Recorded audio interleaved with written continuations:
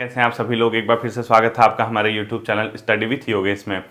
कल मतलब last time जब मैंने आपको एक क्लास दी थी कि कैसे क्लासेस हिस्ट्री की आपके कौन से टॉपिक कवर करने हैं, और ये बहुत महत्वपूर्ण चीज़ है क्योंकि देखो एक द्वंद्व है, युद्ध है आप लोगों का, और ये अंतिम समय की फाइट है। और 10 नवंबर तक का आपका जो टारगेट है उसको आप कंप्लीट कर लीजिए। मतलब कि जितने भी 4 सब्जेक्ट के मैं दे रहा हूँ आपको, इतिहास, भूगोल, अर्थशास्त्र और संविधान यानी पॉलिटी, ठीक है। तो इतना पोर्शन अगर आप करेंगे, और आप सोर्सेज भी मैं बहुत नहीं बता रहा आपको कि इधर से पढ़ो ये पढ़ो, आप ल्यूसेंटो ऑब्जेक्टिव भी करके जाओ इन टॉपिक्स के, या आप खट्टा चक्र ऑब्जेक्टिव करके जाओ, तो लास्ट में होता ही ऑब्जेक्टिव है, ठीक है। क्योंकि ऐसा तो है नहीं कि आपको कुछ आता नहीं है, आपने पहले कभी नहीं पढ़ा, आप अननोन हैं, ऐसा तो कुछ है नहीं। आप देखिए लास्ट टाइम पे जितना जल्दी, और मैंने तरीका वही बताया, जो क्वेश्चन आता है आपको वो बढ़िया है, जो नहीं आता उसको हाईलाइट कीजिए, ठीक है। पॉलिटी में जो अगर हम देखेंगे, मैं ये नहीं, मुझे नहीं पता कि बच्चों सिलेबस में क्या क्या दिया है, बट मैं एक जनरल चीज बता रहा हूँ कि आपको पॉलिटी के अंदर आपको क्या क्या पढ़ के जाना चाहिए जो यूपीपीएससी क्वेश्चन उठाता है, ठीक है। सबसे पहले ये जो पोर्शन शुरू होता है, ये होता है अपने आप में कैबिनेट मिशन से। आपको एक कैबिनेट मिशन, क्योंकि हिस्ट्री में मैंने आपसे कहा था कि कैबिनेट मिशन आप लोग अच्छे से देख के जाना, यानी इसके कितने मेंबर थे, इसने क्या रिकमेंड की, इसके चेयरपर्सन कौन थे, उसके सदस्य के नाम क्या क्या थे, और ये कब भारत आया था, क्यों आया था, ठीक है, कैबिनेट मिशन। इसके बाद जब आप कैबिनेट मिशन के बाद आते हैं तो आपको सबसे पहले देखना है पे संविधान सभा, यानी यूकेपीएससी क्वेश्चन उठाता है संविधान सभा से, वो आपके लिए इंपॉर्टेंट है, ठीक है। और जैसे आप कई बच्चे सोच रहे होंगे यार सर पॉलिटी में जो टॉपिक दिए हैं वो तो बहुत पुरानी भी दिए, असहयोग आंदोलन, मैं मानता हूँ हिस्ट्री के टॉपिक है, आप हिस्ट्री के अंदर कवर करेंगे इसको, ठीक है। संविधान सभा यानी कॉन्स्टिट्यूशनल असेंबली आपको यहां से देखना है। इसमें क्या देखना है, संविधान सभा का गठन कब हुआ, इसका क्या कार्य था, इसके मुख्य सदस्य जो थे वो कहां से आए थे, और इसकी जो समितियां थी और इसने जो प्रस्ताव पारित किए, यानी उद्देश्य प्रस्ताव कब आया था, यानी आप इसके अलावा ड्राफ्ट कमेटी जो थी, ड्राफ्ट जो संविधान सभा की जो प्रारूप समिति थी, कितने मेंबर थे, कौन अध्यक्ष था, कब उसने अपनी रिपोर्ट दी, कब उसका गठन किया गया।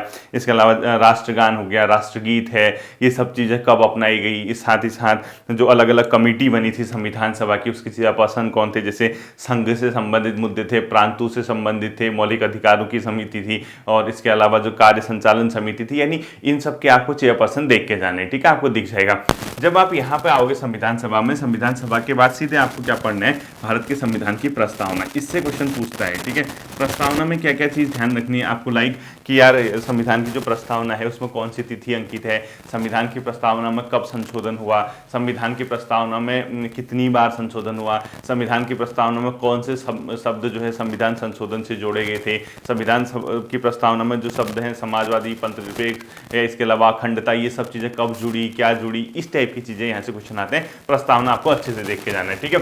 जैसे ही आप प्रस्तावना कंप्लीट करेंगे आपको यहाँ पे देखना है सीधे पहले पॉलिटी मेन संविधान मानने से पहले एक राज्यों का पुनर्गठन देख के जाना है, ठीक है। राज्य पुनर्गठन, राज्य पुनर्गठन के अंदर आपको देखना है कि जो राज्य भारत में राज्यों का पुनर्गठन हुआ स्वतंत्रता के बाद, वो किस तरीके से हुआ, यानी कौन से राज्य का गठन कब हुआ था, ये भी देखना है राज्य पुनर्गठन में। स्पेशली हिमाचल प्रदेश, सिक्किम वगैरह, सिक्किम को कब शामिल किया गया। कहने का मतलब है राज्य जो बन रहे हैं उसका सीरीज याद रखना कि राज्यों का पुनर्गठन कैसे हो रहा, भाषा के आधार पर कौन सा बना, राज्य पुनर्गठन आयोग का गठन कब हुआ, राज्य पुनर्गठन आयोग के सदस्य कितने थे, उसकी अध्यक्षता किसने की थी, ये सब आपको यहाँ से चेक करना है। साथ ही साथ कुछ महत्वपूर्ण राज्य जैसे महाराष्ट्र और गुजरात जो है वो कब बने थे, और हरियाणा, हिमाचल, पंजाब कब बने थे, सिक्किम को कब शामिल किया गया, और अरुणाचल प्रदेश कब शामिल हुआ, गोवा कब शामिल हुआ। कहीं ना कहीं एक प्रकार की सीरीज पूछ सकता है आपसे भारत में राज्यों के। जैसे ही राज्य पुनर्गठन आओगे तो आप उसका सीधे क्या आना है, भारतीय संविधान के विदेशी स्रोत, भारतीय संविधान के विदेशी स्रोत, ये टॉपिक देख के जाना कि विदेशी स्रोत कौन कौन से हैं, यानी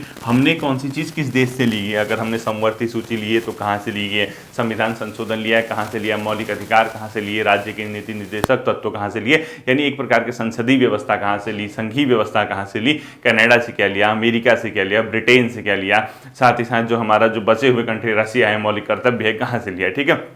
तो संविधान के विदेशी स्रोत। उसके बाद नागरिकता, नागरिकता में आपको फालतू का नहीं पढ़ना, ठीक है। नागरिकता में आपको बेसिकली संविधान के कौन से भाग में नागरिकता है, किन आर्टिकल से किन आर्टिकल तक, और नागरिकता अधिनियम कब पारित हुआ, यानी इसका जो एक्ट है कब पारित हुआ, 1955 वाला जो एक्ट था या कब उसमें संशोधन हुआ, या इसके अलावा जो नागरिकता से संबंधित कानून कौन बनाता है, किस अनुच्छेद में इसका वर्णन है। बीच की नहीं पढ़ने, अनुच्छेद 5 में ये लिखा है, 6 में ये लिखा है, 7 में ये लिखा है, 8 में ये लिखा है, 9 में ये लिखा है, 10 में ये लिखा है, 11 में, ये सब चीजें नहीं पढ़नी, ठीक है। कभी नहीं पूछने वाला कि नागरिकता के ये प्रावधान किस अनुच्छेद में, ऐसे क्वेश्चन नहीं आते हैं। आप नागरिकता भाग 2 याद रखना, और भाग 2 के अंदर मेन आर्टिकल 5 से 11, और इससे संबंधित कानून कौन बना सकती है, पार्लियामेंट बना सकती है, और इसमें जो नागरिकता अधिनियम था वो किस वर्ष से पारित हुआ था, बस इसके अलावा आपको फालतू नहीं पढ़ना है, ठीक है। ये कंडीशन नहीं, इतने तारीख को यहाँ से यहाँ जन्मा हो, इसके माता पिता में, ये सब नहीं आता एग्जाम में, ठीक है। इसके बाद जो सबसे सुपर इंपॉर्टेंट, अगर सब में ये कहोगे कि इसमें सबसे इंपॉर्टेंट टॉपिक कौन सा है, वो है मौलिक अधिकार। इससे टॉपिक देख के जाना है, ठीक है। मौलिक अधिकार, मौलिक अधिकार देख के जाना, इसमें कितने मौलिक अधिकार हैं, कब मौलिक अधिकारों में संशोधन हुआ, ये वाला, इसके आर्टिकल भी आपको याद रखने हैं स्वतंत्रता के अधिकार में, जैसे अस्पृश्यता का अंत कब हुआ, समानता वाले में, ठीक है। साथ ही साथ अस्पृश्यता के अलावा जो स्वतंत्रता के अधिकार हैं, समानता की स्टार्टिंग में है, शोषण के विरुद्ध अधिकार है, इसके अलावा धार्मिक स्वतंत्रता का अधिकार है, अल्पसंख्यकों को अपने शैक्षणिक व सांस्कृतिक जो चीज़ें हैं उसको करने का अधिकार है, और आर्टिकल 32 जो है संविधान का जो अनुच्छेद 32 है उसके अंदर जो दिया गया है 5 प्रकार की रिट, वो बहुत इंपॉर्टेंट है। बंदी प्रत्यक्षीकरण क्या होता है, परमादेश क्या होता है, रिट क्या होती है, और ये जो हैबियस कॉर्पस होता है, हाँ, वो सब चीजें, यानी इस मौलिक अधिकार के अंदर आर्टिकल 32 की स्टडी आपको अच्छे से याद करनी है, ठीक है। आर्टिकल 32, इसके अंदर 5 प्रकार के जो रिट हैं उसका आप अच्छे से याद करना, मतलब बंदी प्रत्यक्षीकरण का मतलब क्या होता है, उत्प्रेषण का मतलब क्या होता है, परमादेश का मतलब क्या होता है। जिस बच्चे को ये समझ नहीं आ रहा कि क्या होता है, मैंने एक बार पहले भी बताया हुआ है आपको, जो बच्चे पहले जुड़े होंगे उनको बताया मैंने, और अगर ऐसे ध्यान नहीं है तो शायद स्टडी विथ योगेश 2.0 वाले चैनल पर मैंने ऐसे एक बार बिना बोर्ड के 10 मिनट की जो एक छोटी सी वीडियो थी उसके अंदर शायद आपको बताया होगा, ठीक है। तो मौलिक अधिकार के अंदर आपको पूरा ऐसा पोर्शन सेलेक्ट करना है सब। एक तो पहले जितने भी मौलिक अधिकार हैं वो किस अनुच्छेद से किस अनुच्छेद तक वर्णित है, इसके अलावा आपातकाल में कौन से मौलिक अधिकार निलंबित होते हैं, नहीं होते हैं, साथ ही साथ जो आपका ये आर्टिकल 32 है, ये यानी मौलिक अधिकार की स्टडी आपको अच्छे से करनी है, ठीक है। ये अच्छे से करनी है तो अच्छे से करनी है। इनमें सबसे इंपॉर्टेंट टॉपिक है मौलिक अधिकार, इसको स्किप मत करना, ये इंपॉर्टेंट टॉपिक है, ठीक है। इसके बाद आता है राज्य के नीति निर्देशक तत्व, यानी directive principle of state policy, DPSP, ठीक है। राज्य के नीति निर्देशक तत्व, तो इससे जो है यहाँ पे ग्रुप सी के लेवल पे अगर क्वेश्चन आ सकता है तो एक आध आर्टिकल ही पूछेगा किस अनुच्छेद में ये कहा गया टाइप का, ठीक है। पहले तो आपको ये पता ही है डीपीएसपी का मतलब क्या होता है कि राज्य कल्याणकारी नीति अपनाए, उस चीज के लिए होता है राज्य कल्याणकारी हो। लेकिन अगर आपसे एग्जाम की दृष्टि से क्वेश्चन पूछ सकता है तो एक आर्टिकल 44 याद रखना, समान नागरिक संहिता, क्योंकि समान नागरिक संहिता लगातार चर्चाओं पे है, लगातार हाईलाइटेड है, तो समान नागरिक संहिता से क्वेश्चन पूछा जा सकता है आर्टिकल 44, उसको याद रखना। बाकी एक आध जैसे जो वो होते हैं अंतर्राष्ट्रीय संबंध वाला जो क्वेश्चन था 48 वगैरह, पर्यावरण वगैरह, वन वगैरह, उनसे नहीं बीच की नहीं पढ़ने, एक थोड़ा वो देखना समान कार्य के लिए समान वेतन किस अनुच्छेद में कहा गया। और हाँ, एक बहुत इंपॉर्टेंट आर्टिकल इसके अंदर 2 आर्टिकल, एक आर्टिकल 40 बहुत इंपॉर्टेंट है, आर्टिकल 40 और एक 44, ये 2 आर्टिकल अच्छे से याद करके जाना। 40 जो महात्मा गांधी वाला जो कॉन्सेप्ट आता है, जो भारत में ग्राम पंचायतों वाला जो कॉन्सेप्ट है वो आर्टिकल 40 से ही लिया गया है, और दूसरा आर्टिकल 44, ये 2 तो देख के जाना। बाकी समान कार्य के लिए समान वेतन, एक आध जो इंपॉर्टेंट है 48 वाला वो देख के जाना, फिर कुछ नहीं आता है। इसके बाद सीधे आता है बच्चों ये टॉपिक, मौलिक कर्तव्य आपको क्या देखना है, कहाँ से लिए गए हैं, फंडामेंटल ड्यूटीज, ठीक है। मौलिक कर्तव्य कहाँ से लिए गए हैं और किस देश से लिए गए हैं, किस आर्टिकल में इसका वर्णन किया गया है, कौन सा संविधान संशोधन था जिसके तहत मौलिक कर्तव्य जोड़ा गया, और जो मौलिक कर्तव्य जोड़ा गया किस कमेटी की सिफारिश के आधार पर जोड़ा गया, सरदार स्वर्ण सिंह वाला बताया था ना मैंने। तो मौलिक कर्तव्य 11 मौलिक कर्तव्य में 11वां कौन सा है और उसको किस संविधान संशोधन से जोड़ा गया, यानी जो शिक्षा का अधिकार वाला आपने सुना होगा वो किस संविधान संशोधन द्वारा जोड़ा गया, उसको कब लागू किया गया और किस वर्ष उसको लाया गया। इसके अलावा ये मौलिक कर्तव्य में जो है संविधान में क्या ये किस अनुच्छेद के अंदर वर्णित है, किस संविधान संशोधन के द्वारा हमने इसको शामिल किया, ये सब चीजें देखनी है, ठीक है। जब आप ये सब चीजें देखोगे मौलिक कर्तव्य वगैरह, तो आपका इतना पोर्शन जो है यहीं से क्वेश्चन पिक कर देता है आयोग, मतलब जो 2-3 क्वेश्चन पॉलिटी के 3-4 क्वेश्चन आएंगे उसमें एक आध 2 क्वेश्चन तो यहीं से होंगे, ठीक है, इतने वाले पोर्शन से। इसके बाद आता है राष्ट्रपति यानी संघ की कार्यपालिका। संघ की कार्यपालिका में आपके लिए जो क्वेश्चन है, आप ये नहीं कि बीच के आर्टिकल याद करने में लगे रहे, आप आर्टिकल ही पढ़ते रहोगे, कुछ नहीं मिलेगा। इसके अंदर संघ की कार्यपालिका में आपसे राष्ट्रपति वगैरह के फेमस आर्टिकल याद रखना, एक 61 वाला याद रखना 61, जहां पर राष्ट्रपति पे महाभियोग की प्रक्रिया होती है। एक दूसरा, राष्ट्रपति के चुनाव में भाग कौन लेता है। अब ये नहीं कि किस अनुच्छेद में ये कहा गया है कि राष्ट्रपति के चुनाव में ये भाग लेंगे, किस अनुच्छेद में ये कहा गया है कि राष्ट्रपति का कार्यकाल ये होगा, ये नहीं पढ़ने, ठीक है। सिर्फ आर्टिकल अगर पढ़ोगे तो एक महाभियोग वाला देख लेना कि किस आर्टिकल में महाभियोग का वर्णन है। दूसरा, राष्ट्रपति के आर्टिकल न पढ़ने की बजाय उसकी प्रक्रिया पढ़ना, प्रोसेस पढ़ना। आर्टिकल के अंदर क्या है उससे क्वेश्चन करेगा, आर्टिकल क्या है उससे क्वेश्चन नहीं करेगा, ठीक है। आर्टिकल अगर आपसे पूछता भी है तो एक आध आर्टिकल वही महाभियोग वगैरह वाला पूछ सकता है, वही यहाँ पे अपने आप में इंपॉर्टेंट भी रहता है, ठीक है। राष्ट्रपति जब आप पढ़ लोगे तो राष्ट्रपति में क्या ध्यान रखना कि इसको चुनाव में कौन भाग लेता है पहली बार, और इसके महाभियोग प्रक्रिया में कौन भाग लेता है, और महाभियोग का आर्टिकल क्या है। बाकी कार्यकाल आपको पता ही है कितना होता है, कितने बार बन सकते हैं आपको पता ही है, ठीक है। अब पहला कौन था अंतिम कौन था ये नहीं आएगा। जब आप ये पढ़ते हो तो उपराष्ट्रपति आता है। उपराष्ट्रपति से भी बहुत ज़्यादा स्कोप नहीं है कि आपके एग्जाम में क्वेश्चन पूछेगा, राज्यसभा का सभापति होता है, पद वो सब पूछता है। यहाँ से सीधे जो क्वेश्चन आने के चांसेस हैं वो ये आता है कि किसी केस में अगर जो आर्टिकल 71 है शायद 71 वाला, आर्टिकल 71 देख जाना, जो इलेक्शन का विवाद होता है वो कहाँ मतलब सॉल्व होता है। आर्टिकल 71 वाला मतलब कि जो राष्ट्रपति उपराष्ट्रपति वगैरह के चुनाव का विवाद होगा वो जो है उसका सॉल्यूशन कहाँ पे होगा, एक वो देख के जाना। सीधे इसके बाद आना आर्टिकल 76 में, कहाँ देखोगे,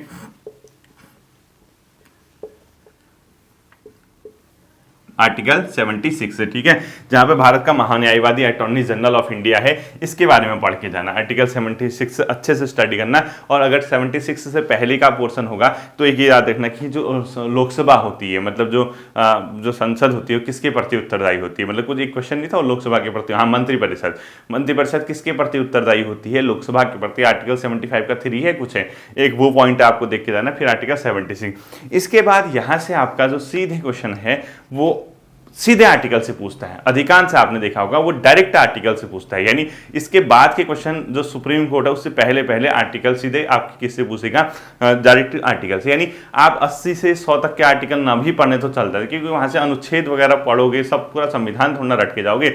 उसके बाद सीधे अगर आप आओगे संसद के सदस्यों के विशेषाधिकार से क्वेश्चन पूछ सकता है, अनुच्छेद 105, ठीक है। यानी कौन सा अनुच्छेद संसद के सदस्यों के विशेषाधिकार से संबंधित है, अगर क्वेश्चन इस तरीके से पूछता है तो एक ये ध्यान रख के जाना। और जैसे ही आप ये ध्यान रख के जाओगे इसके बाद सीधे आपको आगे आना है संयुक्त अधिवेशन, यानी जो जॉइंट जो सेशन होता है पार्लियामेंट का, आर्टिकल 108 वाला, वो बहुत इंपॉर्टेंट है। उसमें आपको ये देख के जाना है कि संयुक्त अधिवेशन किस अनुच्छेद में है, संयुक्त अधिवेशन किस अनुच्छेद में, इसको कौन बुलाता है, इसकी अध्यक्षता कौन करता है, और किस केस में संयुक्त अधिवेशन बुलाया जाता है। ये आपको अच्छे से यहाँ पे तैयार करके जाना है कि संयुक्त अधिवेशन किस अनुच्छेद में है, कौन इसको बुलाता है, कौन इसकी अध्यक्षता करता है, क्या कंडीशन होती है इसको बुलाने के लिए, ठीक है। इसके बाद सीधे आता है धन विधेयक, यानी जो मनी बिल है, इसको परिभाषा, ठीक है। ये भी अपने आप में क्या है, इंपोर्टेंट है। आर्टिकल 110, आर्टिकल 110 भी अपने आप में क्या है, इंपॉर्टेंट है। बाकी इसके अलावा आप नादान से छोटे छोटे बच्चे हो, इतना सिलेबस दिया हुआ है, अब आप विनियोग विधेयक भी पढ़ोगे, वित्त विधेयक भी पढ़ोगे तो बेहोश हो जाओगे एग्जामिनेशन हॉल तक जानते जाते, क्योंकि इतने अनुच्छेद पढ़ पाना आपके लिए सही भी नहीं है। सीधे आना है आपको आर्टिकल 123 पे, जहां पे राष्ट्रपति अध्यादेश जारी करता है। क्या आर्टिकल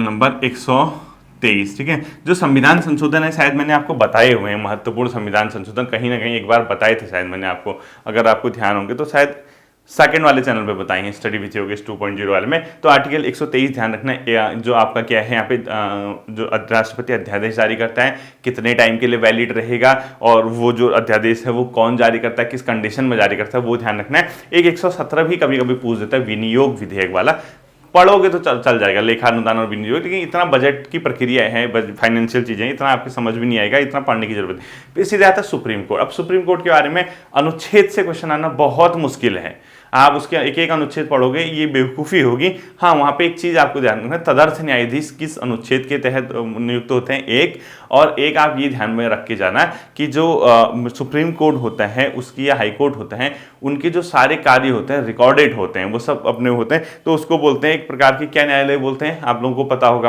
आर्टिकल 129 के आसपास का वर्णन किया गया है, जो अभिलेखी न्यायालय जिसको बोलते हैं, ठीक है, अभिलेखी न्यायालय है या इस टाइप का, एक वो पॉइंट देखे जाना। और एक राष्ट्रपति से जो सलाह वाला पॉइंट है, आर्टिकल 143 वाला, यानी वो आर्टिकल 143 भी ध्यान के TICLE, यानी आर्टिकल 143 आपको ध्यान में रख के जाना। यहाँ क्वेश्चन पूछता है आपसे कि कौन से अनुच्छेद के तहत राष्ट्रपति से सुप्रीम कोर्ट या सुप्रीम कोर्ट राष्ट्रपति से सलाह वगैरह, इनके सलाह का है। और एक आर्टिकल 137 न्यायिक पुनरावलोकन वाला है या न्यायिक पुनर्विचार वाला है, आर्टिकल 137, ठीक है, यही लिख देता हूँ, देखो आर्टिकल 137 ये देख के जाना, इसके अलावा यहाँ पे कुछ देखने की जरूरत है नहीं। इसके बाद जो सीधे आता है आपका आता है कैग, ठीक है। आर्टिकल 148 वो इंपॉर्टेंट है, वो पद ही अपने आप में इंपॉर्टेंट है। भारत का जो अपने आप में नियंत्रक महालेखा परीक्षक है कैग जो है, उससे कैग की नियुक्ति कौन करता है, किस अनुच्छेद में कैग सीएजी का वर्णन है, और इसके अलावा सीएजी का कार्यकाल कितना होता है, सीएजी का मुख्य काम क्या होता है, ये यहाँ पे आपको देख के जाना है। और ये कोई बड़ी बात नहीं है बच्चों, इतना तो आप पढ़ ही सकते हो, कैग के बारे में आपको पढ़ के जाना है, ठीक। अब इसके बाद सीधे आता है राज्यपाल। अब राज्यपाल वगैरह के आर्टिकल पढ़ना, मुख्यमंत्रियों के आर्टिकल पढ़ना, ये कोई वो नहीं है, मतलब आप पढ़ते रहोगे। एक आध क्वेश्चन देख के जाना कि जो राज्यपाल है वो किस अनुच्छेद के साथ अध्यादेश ला सकता है। एक राज्यपाल जो मुख्यमंत्री है, मुख्यमंत्री और उसकी मंत्रिपरिषद है किस अनुच्छेद में। दो, एक विधानसभा और विधान परिषद का वर्णन किस अनुच्छेद, यानी आर्टिकल 169 170 के आसपास का एक ये देख के जाना है, एक 164 के आसपास का देख के जाना है। बाकी यहाँ के आर्टिकल नहीं पूछने वाले, 200 तक आप स्किप कर दीजिए। सीधे इसके बाद आप 200-250 कुछ भी चलिए 243 के आसपास आ रही है, यानी यहाँ से सीधे अनुच्छेदों में अगर आप आओगे सीधे नगर पंचायत और नगर पालिकाओं वाले, यानी पीआरआई, पंचायती राज इंस्टीट्यूशन, PRIs, ठीक है, पंचायती राज इंस्टीट्यूशंस के अनुच्छेद देख के जाना, यानी इसके अंदर किस अनुच्छेद के तहत महिलाओं को आरक्षण दिया गया पंचायतों में। जो 243 का डी पढ़ते हैं आप, पंचायतों में के लिए इलेक्शन कमीशन होगा, पंचायतों के लिए वित्त आयोग होगा, ये सब जो चीजें हैं, या नगर पालिकाओं के लिए, ये 243 वाले आर्टिकल आपको अच्छे से देख के जाने हैं, ठीक है। इसके बाद अगर आप सीधे आओगे तो सीधे आप 243 के बाद आपके लायक है नहीं, सीधे वित्त आयोग आता है, अनुच्छेद 2 यानी फाइनेंस कमीशन, इसके बारे में आपको पढ़ना होगा। वित्त आयोग, ये 280 वाला आर्टिकल, ठीक है। इसका नियुक्ति कौन करता है, इसका कार्यकाल कितना होता है, ये सब चीजें आपको यहाँ पे देखने। तो वित्त आयोग आपके लिए क्या रहता है, हमेशा इंपॉर्टेंट रहता है। वित्त आयोग पढ़ने के बाद आपको कुछ नहीं पढ़ना, सीधे आप आ जाइए कहाँ, इलेक्शन कमीशन, यानी चुनाव आयोग। क्या है, चुनाव आयोग। चुनाव आयोग का गठन, चुनाव आयोग के सदस्य, चुनाव आयोग का जो मतलब क्या होता है, इसका मुख्य काम, कब इसका गठन हुआ, सब चीजें, यानी 324 से प्लस आगे को 328 329 जब भी है, चुनाव आयोग के बारे में आप लोग यहाँ पढ़ोगे, ठीक है। जैसे ही चुनाव आयोग की पढ़ा तो SC/ST के लिए जो नेशनल कमीशन है, राष्ट्रीय अनुसूचित जाति आयोग, राष्ट्रीय अनुसूचित जनजाति आयोग, ये बहुत इंपॉर्टेंट है, ठीक है। यानी नेशनल SC कमीशन, समझ जाना, राष्ट्रीय अनुसूचित जनजाति आयोग, और नेशनल ST कमीशन यानी नेशनल शेड्यूल ट्राइब कमीशन, इन दोनों के बारे में आपको अध्ययन करना है, किस अनुच्छेद में इनकी नियुक्ति कौन करता है, क्या करता है। और इसी के साथ साथ आपको यहाँ पे एक आर्टिकल और मिलेगा 343 हिंदी वाला, वो उतना इंपॉर्टेंट नहीं है, ठीक है। तो राष्ट्रीय अनुसूचित जाति आयोग, राष्ट्रीय अनुसूचित जनजाति आयोग आपके लिए इंपॉर्टेंट रहेगा। सीधे इसके बाद आ जाइए इमरजेंसी में, यानी आपातकाल, ठीक है। आपातकाल के बारे में अगर आप आएंगे तो आपातकाल के बारे में अगर आप जैसे ही आएंगे तो आपको ये पता चल जाएगा कि इमरजेंसी से संबंधित प्रावधान कौन सा। ये 3 के 3 देख के जाने आपको, एक अनुच्छेद 352, एक अनुच्छेद 356 और एक अनुच्छेद 360। ये 3 के 3 आपको क्या करके जाने हैं, तैयार करके जाने हैं। और अगर आपने इनको तैयार कर लिया तो मान के चलिए कि इससे क्वेश्चन आने के चांसेस बहुत हैं। यानी राष्ट्रीय आपात किस अनुच्छेद में है, राष्ट्रपति शासन किस अनुच्छेद में, वित्तीय आपात किस अनुच्छेद में, और कब लगा, कहाँ लगा, क्या लगा, यहाँ से क्वेश्चन पूछने के चांसेस बहुत रहते हैं, ठीक है। जब आप आर्टिकल 360 आपातकाल को आगे को पढ़ोगे तो फिर आपको यहाँ से आपके एग्जाम में कुछ प्रश्न पूछने के चांसेस आपके लेवल पे बहुत कम है, न्यून चांसेस हैं। तो पॉलिटी में जो संविधान वाला पोर्शन है, यानी जो संविधान के अंदर है, मैंने आपको बता दिया कि आपको क्या क्या पढ़ना है, संविधान वाला, ठीक है। ये राज्य व्यवस्था नहीं आई है अभी, संविधान वाला पोर्शन है। और अगर आप संविधान वाले पोर्शन की इतनी चीजें देख के जाते हैं, यानी आप संविधान वाले पोर्शन में ये सब चीजें कवर करके जाते हैं, तो आपके लिए बहुत बढ़िया होगा। मतलब आप ये मान के चलिए कि आप कहीं ना कहीं एक प्रकार से कंफर्ट जोन पे आ गए, एक प्रकार से ऐसी कंडीशन में आ गए कि हाँ आपका एग्जाम अब क्रैक हो सकता है। और इससे क्या होगा, ये बहुत बड़ी बात नहीं है, इसमें से कई चीजें आपको ऑलरेडी आती होंगी। मैंने एक मतलब हाईलाइटेड बताया, एक ऐसा बताया कि जो आपको हाँ इस चीज को टच करके जाना चाहिए एग्जामिनेशन हॉल पे, तो आपका काम बन सकता है, ठीक है। इसके बाद कुछ चीजें ऐसी होती हैं जो आउट ऑफ मतलब इस पैटर्न पे होंगी, वो आप लोग सुनिएगा। देखिए कुछ ऐसी चीजें होंगी जो इस पैटर्न से हटके होंगी, जो पेपर में क्वेश्चन पूछा जाता है पॉलिटी के अंदर, ठीक है। अब वो क्या क्या क्वेश्चन पूछ सकता है पॉलिटी के अंदर, एक क्वेश्चन आपको याद रखना है, स्पेशली दल बदल विरोधी कानून, ठीक है। दल बदल विरोधी कानून, दल बदल ये कब आया, क्यों आया, ये सब चीजें, दल बदल विरोधी कानून किस सरकार ने लाया, कौन से संविधान संशोधन से लाया? ये 52वां संविधान संशोधन 1985 वाला राजीव गांधी की सरकार के टाइम का है, आपको ध्यान होगा। एक ये पढ़ के जाना इसके बारे में, मतलब किस अनुच्छेद, मतलब किस आर्टिकल में क्या है। एक आता है आपका जो न्यायिक प्राधिकरण होते हैं 323 का ए, आर्टिकल नंबर 323 का ए, एक ही पढ़ के जाना। आर्टिकल 323 के ए में क्या है और इसका मुख्य काम क्या है और इसका गठन कब हुआ था, ठीक है। 1985 के आसपास इन चीज़ों का गठन हुआ था, एक ये देख के जाना। एक आपको देखना है 42वां संविधान संशोधन, 42nd कॉन्स्टिट्यूशनल अमेंडमेंट, ठीक है। 42वां संविधान संशोधन 1976 आपको देख के जाना है कि इसमें कौन कौन सी चीज़ें उसमें जोड़ी गई, ठीक है। इसके अलावा आपको एक बहुत इंपॉर्टेंट चीज़ बता रहा हूँ, अनुसूची देख के जाना, मस्ट है अनुसूची देखना। अनुसूची यानी अनुसूची संविधान की अनुसूची है, यानी जो संविधान में अनुसूचियां हैं, जितनी भी 22 अनुसूचियां 20 अनुच्छेद जो भी हैं, किस अनुसूची में क्या है, स्पेशली केंद्र राज्य संबंध किसमें है, एक इसमें, यानी तीनों शक्तियों का बंटवारा। स्पेशली इसमें सबसे इंपॉर्टेंट कौन सा है, शक्तियों का बंटवारा, यानी सेपरेशन ऑफ पावर। 7वीं अनुसूची है ना, शक्तियों का बंटवारा, केंद्र सूची राज्य सूची वाला, वो इंपॉर्टेंट आपका हमेशा रहता है, इसको ध्यान में रखना। इसके अलावा भाषा, कौन सी संविधान की कौन सी अनुसूची में भाषाओं को रखा गया है, यानी भाषाएं किस अनुसूची के अंदर रखी गई, ये आपको पता होना चाहिए। और इस अनुसूची में एक में पंचायती राज, दूसरा नगर पालिकाएं, शहरी नगर निकाय, इन दोनों को देख के जाना कि नगर निकाय कौन सी अनुसूची में है, पंचायत कौन सी अनुसूची में है, शक्तियों का बंटवारा कौन सी अनुसूची में, भाषाएं कौन सी अनुसूची में, आपको क्या करना है, ये ध्यान में रख के जाना है। एक चीज स्पेशल और है, आर्टिकल 371, इसमें कौन कौन से राज्यों के लिए वर्णन किया गया है पृथक, ठीक है। इनमें कुछ राज्यों को कुछ पावर दी गई हैं, इसको आपको देखना। इसमें थोड़ा सा क्या कर रखे, ढिलाई बरत रखी है संविधान निर्माताओं द्वारा या भारत सरकार के द्वारा। इसमें से कुछ राज्यों को विशेष प्रावधान दिए गए हैं, उनमें कौन से राज्य सम्मिलित है, इस चीज को आपको क्या करना है, पॉलिटी के अंदर देख के जाना है। जब आप अनुसूची, पहली अनुसूची, दूसरी अनुसूची, तीसरी, चौथी, ये सब पढ़ते रहोगे तो इंपोर्टेंट इसमें 7वीं अनुसूची रहती है, 8वीं अनुसूची रहती है, 10वीं 9वीं रहती है, 10वीं रहती है, 11वीं रहती है, 9, 10 जो भी हैं ये इंपोर्टेंट रहते हैं, ठीक है। इसके बाद जो 22 भाषाओं वाला बता दें मैंने, इसके बाद जो आता है एक बहुत इंपॉर्टेंट क्वेश्चन आता है, संवैधानिक व गैर संवैधानिक आयोग। संवैधानिक प्लस गैर संवैधानिक आयोग,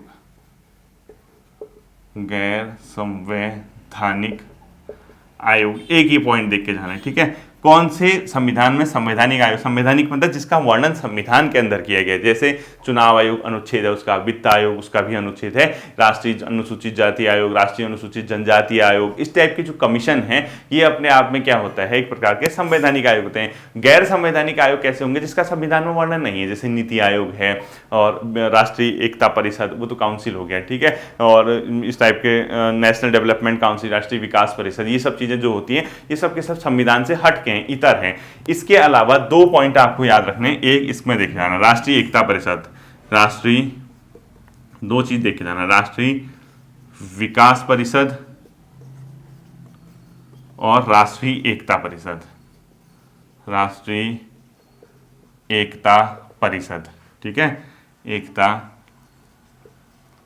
परिषद। और इसके अलावा एक आता है नीति आयोग, नीति आयोग, ये भी आपको देख के जाना है। और एक जाना है राजभाषा आयोग, राजभाषा आयोग, ये आपको क्या करना है, इसकी इन आयोगों को अच्छे से देख के जाना है, ठीक है।